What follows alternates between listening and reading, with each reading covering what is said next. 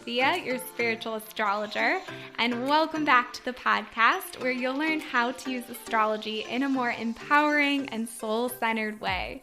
And in today's episode, I'm going to give you a part 2 to the houses in astrology. So if you haven't already, I did a part 1 where I give you more of an intro overview and go through houses 1 through 6, or the bottom 6 houses of your birth chart.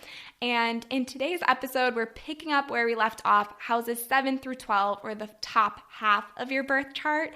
And I'm going to share with you what do those houses mean for you in your birth chart, one by one, but I'll also be touching throughout on other concepts that you asked me about. So if you're not following me on Instagram, that's what I mean by you reached out to me there.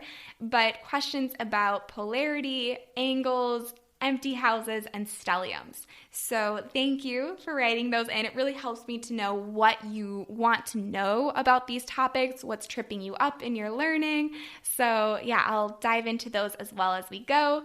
And I wanted just to share that this is a continuation of my Astrology Basics series. So I'm finishing that up, and if you have specific questions for me, other topics that you want me to touch on before we dive into deeper topics or more niche topics in astrology, please feel free to reach out to me. I just want this to be a really good resource for you to come back to and refresh your learning, or also if you're starting out, to be able to really track with future episodes.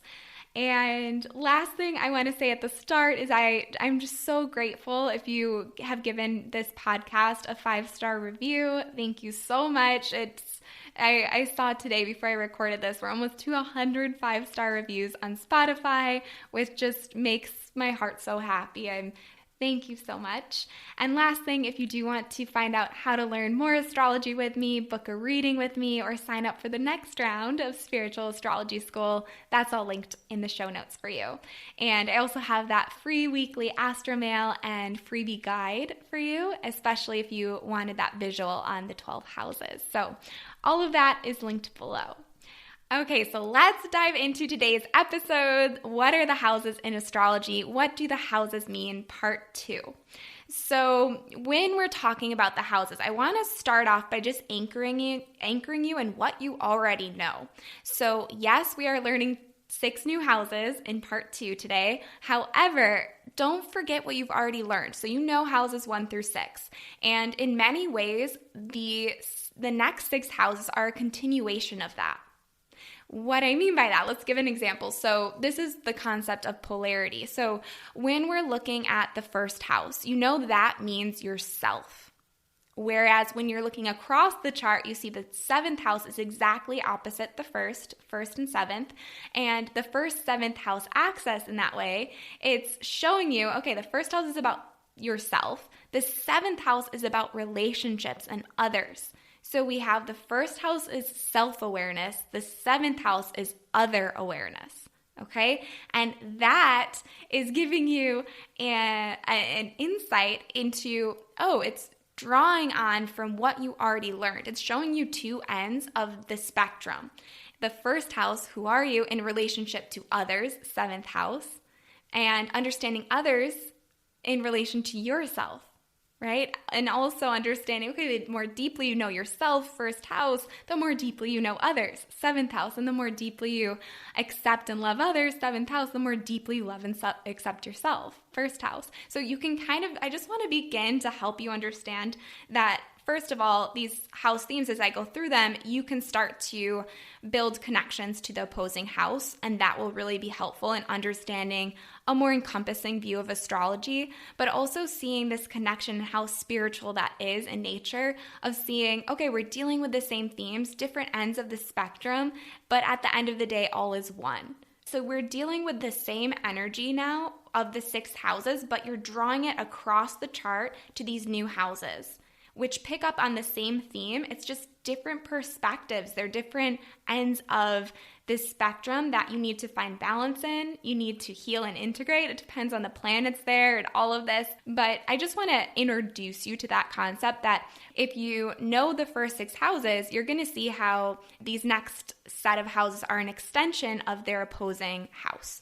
So we have the 1st and 7th house axis, then we have the 2nd and 8th, the 3rd and 9th, the 4th and 10th, the 5th and 11th, and then the 6th and the 12th. And you'll notice as I go through them, just keep in mind, I'm sharing, yes, a new house with you, but mapping that onto what you already know about the houses and seeing what is that opposite house that you learned about? And how are those themes opposite in some ways, but actually when you dive deeper, they have a lot in common. It's almost like they're mirrors to one another. So I'll leave it at that, but that is something that, if you're curious about understanding these deeper patterns and you want to start blending things and understanding what is the deeper intention, how does all of this come together? Planets, signs, houses, aspects, special configurations, the transits, all of it. That's where, if you really want to deepen your knowledge of astrology, it helps to make sense of how everything isn't random. Actually, it all comes together in a synthesis, and everything has meaning. Just as you listening to this podcast, doing what it's not random. It's part of this bigger whole. And that's something you learn in Spiritual Astrology School if you're interested to join the spring semester. Again, more about that below, but just to keep that in mind as we go through it, okay? All right, so let's get into these last houses. So the 7th house, we're going to start there.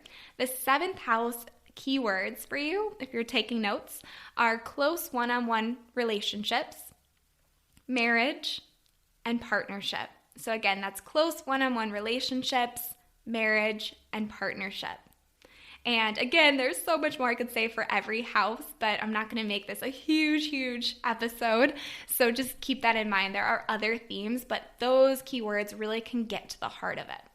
So when we're talking about the 7th house, we're talking about this awareness of others.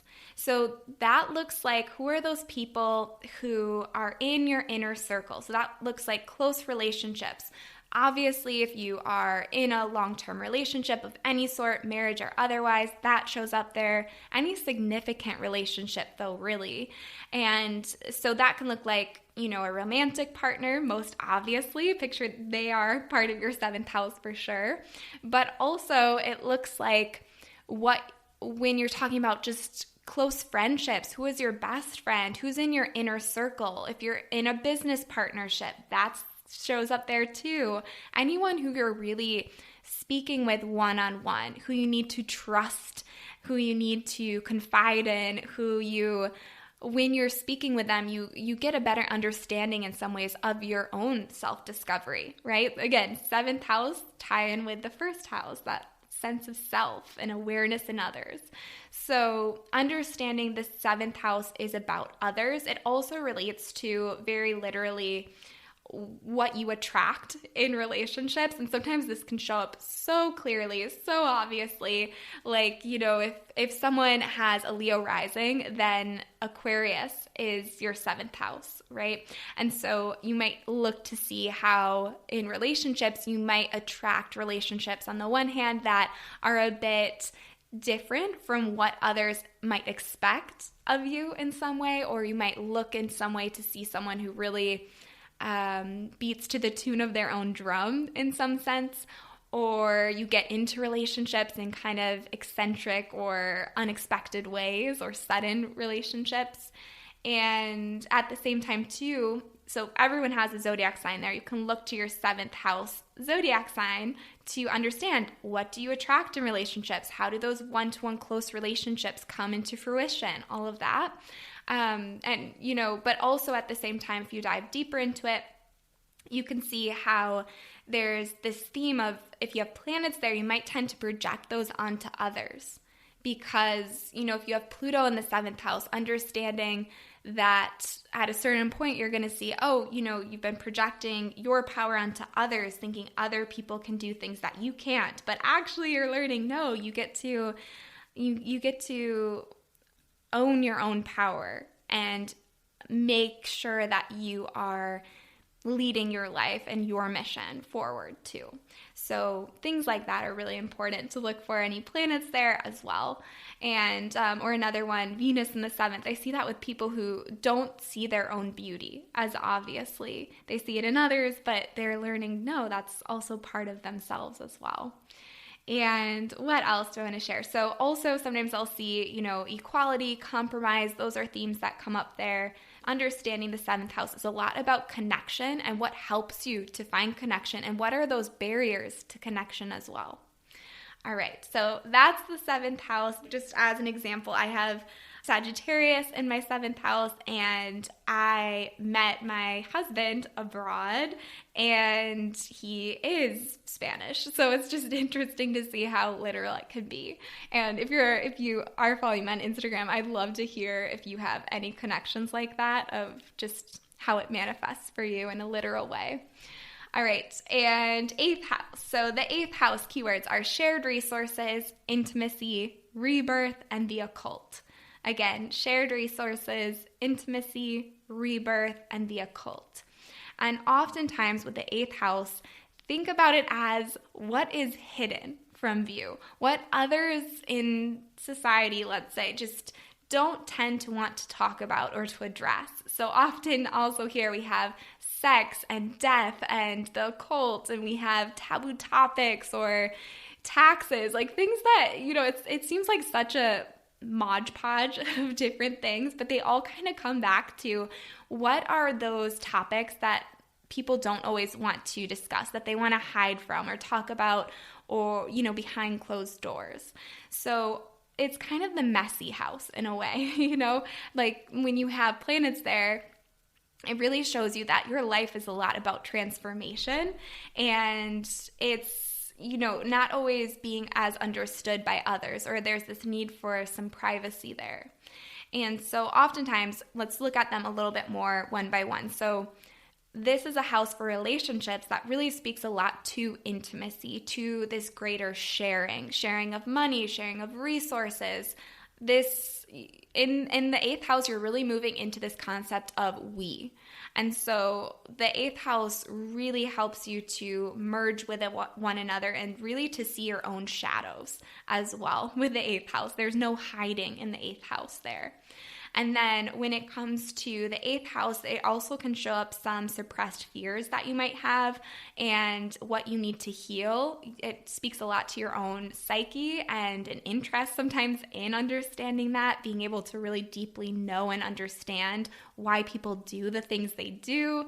Sometimes I'll see, oh my gosh, so many examples here, but a sun in the 8th house, that is so powerful for really having to undergo a lot of transformation, a lot of healing, a lot of growth, and being that shining light for others. It also is very connected to the occult, as I shared. So in that aspect of astrology, using astrology as a tool for this deeper transmutation of energy, transformation, self-mastery, renewal. But yeah, the 8th house has a lot of depth to it.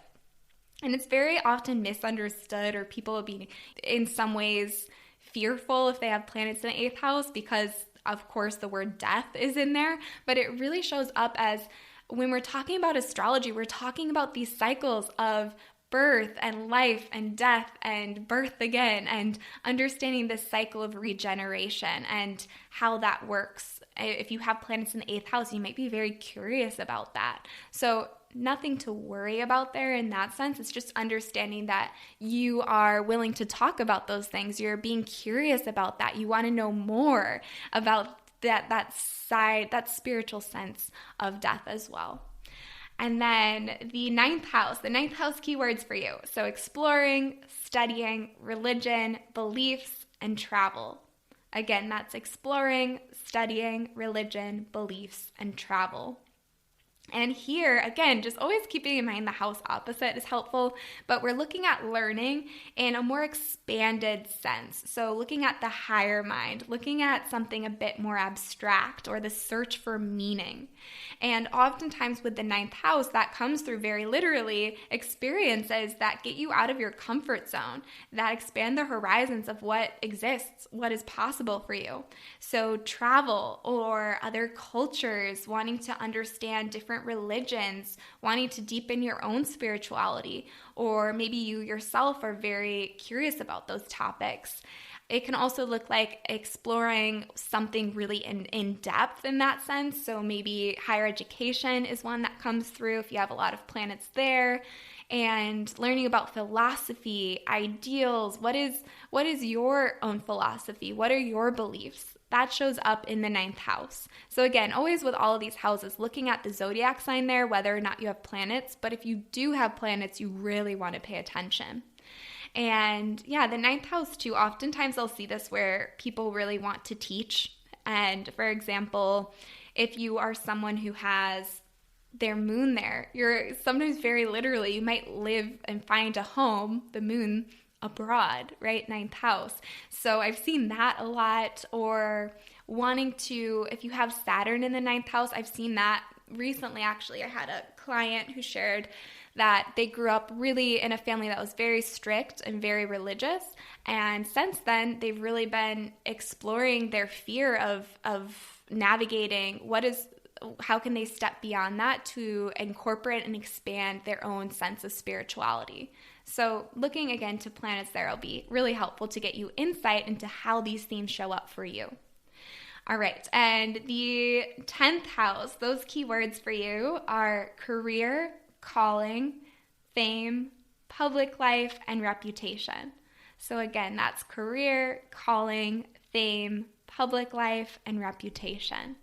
So very obviously, if you are wondering about career and your vocation and beyond that, even if it isn't work related, maybe it's what do you want to contribute? It doesn't always have to look like a traditional job, right? It's whatever it is that you want to work toward, your own ambitions that you're working toward, and that give you this sense of greater ambition and purpose in that sense.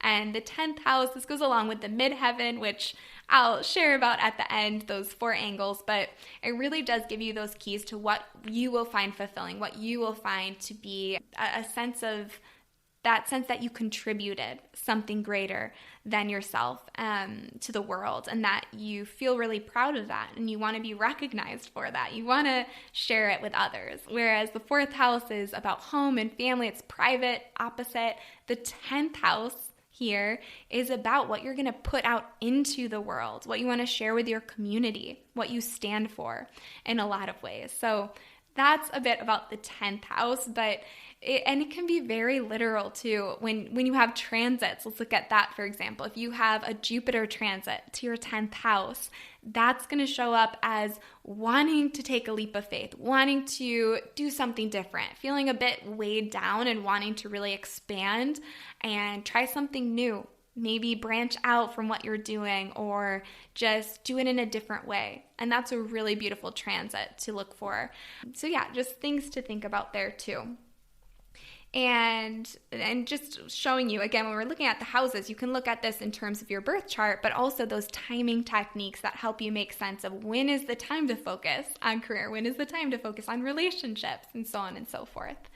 All right, so the 11th house up next. So the keywords here are friends, community, groups, dreams, and hopes.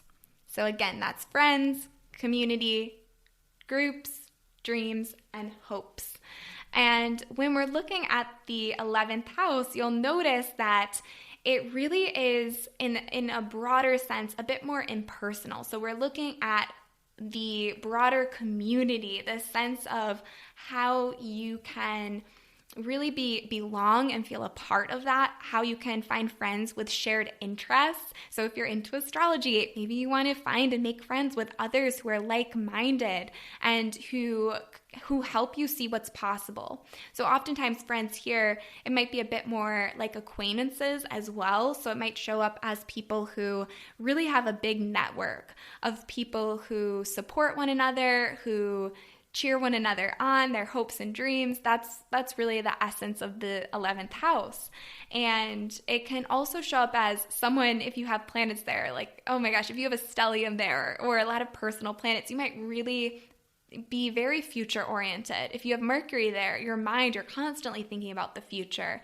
If you have, your moon there, you might tend to really live in the future. So keeping in mind the 11th house, it can show you where you're always very your sights are on the future vision. And so very much a theme here is, what are your hopes? What are your dreams for the future? What is it that you're reaching for? So this house gives you a lot of this gift of inspiration in a way as well. And oftentimes too, just to add, if you have a focus on this house, there might be a humanitarian bent there. There might be this sense of wanting to be part of something bigger than yourself, or a desire for brotherhood, sisterhood, that kind of thing, where you're really sharing in a communal group effort. And then last but not least, we have the 12th house. So these themes here are about retreat, the subconscious, spiritual, and hidden. So again, those keywords are retreat, subconscious, spiritual, and hidden. And to think about these keywords really helps you to understand why the 12th house can often be so misunderstood, or even there's some undue anxiety about it or fear, similar to the 8th house.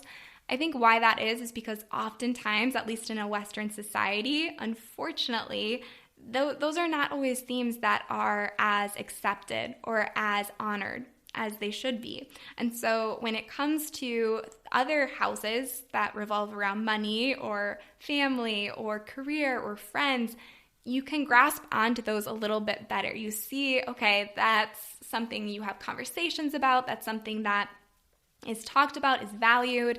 And when it comes to spirituality, that's something that, especially in the 12th house, you're here to really dive into that on your own. You're here to really understand what it means to be a spiritual being, having this human experience. And so with the 12th house, it is a lot about wholeness, of this sense of unity with the divine, of something greater than yourself in a spiritual way. You're understanding your spiritual identity, like if you have your sun in the 12th house, for example. And at the same time, that also asks you to really come to terms with some karma, some old patterns. So that's where, if you've heard of self-undoing, that's related to the 12th house. There's usually some patterns there that you need to release, that you need to see clearly and let go of. And you can only do that by going within first. So that, again, the 12th house, oftentimes it's very, very interesting. There's a pattern there that you're here to become aware of. That's subconscious for most of your life. Sometimes people go their whole lives not realizing it, and then you recognize it, and then you're able to turn on the light. You're able to flip the switch. So there's a lot more to be said about that, but oftentimes when you hear the 12th house is about endings, yes, it is the final house, and then we go back to one again. But when you think about the first house is the house of the self, right? And you go all the way through the houses, you get to this final house about endings and spiritual oneness. It's because you're recognizing that, yes, you are you, but you're part of something greater. So that's the 12th house, and so much I could share here about it. It's one of the houses that you really want to look to past life karma, and there's a sense of needing to develop this sense of inner peace, and solitude is a part of that. So oftentimes people with, like, if your moon is there, you really need to take some time to yourself to really go within daily, making that a practice, a meditation for you. And yeah, there's this need to really understand yourself better in the 12th house. So you understand your connection to something greater than yourself, more divine, and see how that is a part of you. Okay, so there's so much more I could say just about all the houses and the 12th house in particular. I just really love talking about the underdogs in astrology, those pieces of astrology that maybe you read about something in your chart where, or maybe you were told something even unethically at that, but something about your chart where you just felt really hopeless about it, or you felt like you were doomed in love, or you felt like it just wasn't a lifetime where you got to have these parts of your life experience that you were looking forward to. And I just need you to know, whether, even if you never get a reading with me, even if you never get a course with me or anything, just please remember that that is not the full picture. Yes, it is important to look at the shadows. It's important to see the challenges, the lessons, the pieces of your chart that you need to acknowledge and see realistically. There are struggles, but there's also the way out of the struggle. There's the way out of the darkness. There's the ability for you to wake up to your conscious choice in some of these matters and see and recognize these patterns holding you back, and this way to use that energy in a more fulfilling way that makes you lead a life of greater connection and fulfillment and happiness. And yeah, so if you ever feel hopeless or that you're doomed about something, please do not buy into that, because that is not the full picture. They're, selling you scraps. There's so much more. And astrology really can be used as that tool to help you feel more empowered, even and especially when you see a part in your life that just you keep struggling with. So I just want you to keep that in mind. And yeah, so let's get to the final pieces of this episode. So I want to touch on some other questions that you wrote in. So one was about the angles, and then I'll get to stelliums and empty houses as well. But the question about the angles, so how do they relate to the houses? That was the question asked. And when we're looking at the houses, there are different angles that, just to simplify things here, there are 4 angles and they relate to 4 houses. So I'm going to tell you what they are and then I'll explain a little bit. But if you're taking notes, the AC, or AKA the ascendant, that is always going to be related to the first house. And it always will be in your first house. So AC equals yourself. DC, descendant, that's always opposite in the 7th house. And even if it's not labeled, it will be there, okay? But that relates to relationships. And then you have the last 2. You have your MC, aka your midheaven. That's usually at the top of your chart. Doesn't have to be though. And that relates to the 10th house. So career and everything else I shared here. And then the IC is always opposite the MC, often at the bottom of your chart. And that relates to home and family and your roots. Okay, so I'm just going to leave it at that. That's something I can talk about in a future episode. If you're curious, let me know on Instagram. But oftentimes that will, when you learn about the angles, it really helps you to see, again, just the fuller picture and be able to piece things together, understanding transits and also, of course, your birth chart. But the angles, the 4 angles, really are these key pivotal points of your chart. Think of them as just very sensitive, supercharged parts of your chart. Okay, I'll leave it at that. And then the last 2 questions, so stelliums. So Lorraine asked how to interpret stelliums in signs and houses. So if you notice that you have a lot of planets in a certain sign, in a certain house, that is a stellium. So specifically, sometimes people say it's 3 planets or more, sometimes 4 or more, and certain combinations. But just to not get techie, just if you look at your chart starting out, if you have 3 or more planets in a sign and house, pay attention to that because it's a big concentration of energy. So number 1, note what sign it is. That's going to be really important to understand everything there is to know, strengths and shadows of that sign, because you're going to express that in one way or another. So better to express it constructively. And then number 2, note the house that stellium falls in. That area of life is going to be a big focus for you. Again, really using that constructively, making sure if it's a stellium in, let's say, the 5th house, maybe you're really asking yourself, how can I express myself creatively? Or how can I develop my talent for, something that comes naturally to you, or so on. And then the third thing to note here is zoom in on the individual planets in your stellium. So tease out, is this the sun that's in my stellium? Do you have Venus there? Do you have outer planets? Understanding individually which planets are there helps you to make more sense of, I could look at 2 people who have charts with stelliums in the 5th house in the same sign, and they're going to look totally different depending upon which planets are there, where they're placed. But really, when you're starting out, zooming in on the sign and house is going to be really important. And if you dive deep enough into it, it will give you a lot of information to chew on. All right, so next question. Kate wrote in and asked, if houses are empty, what does that mean? So first things first, an empty house is just when you don't have planets in that house. So it's quote unquote empty. But I want you to know that if you have an empty house, if there aren't planets there, it does not mean that you're missing out on that area of life experience. So for example, if you have no planets in the 7th house of marriage, that does not mean that you're missing out on getting married. That is not how astrology works, okay?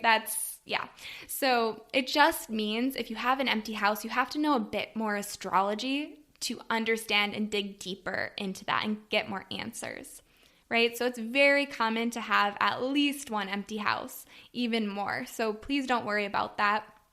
But just taking that example, what you can do to start to understand your empty houses is, although you don't have planets there, how can you blend the house keywords that I gave you with the zodiac sign?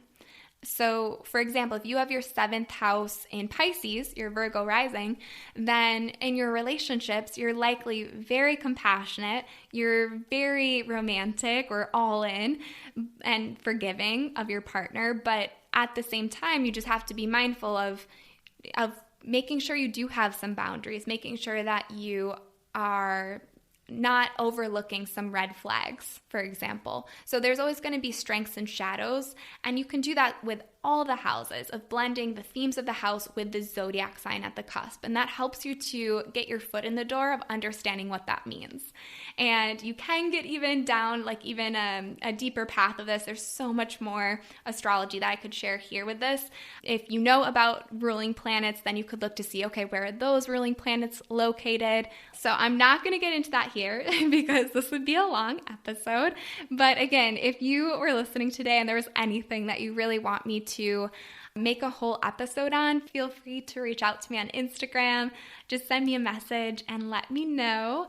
And if this episode was helpful for you, I would be so grateful if you gave it a 5-star review. That's so helpful for me.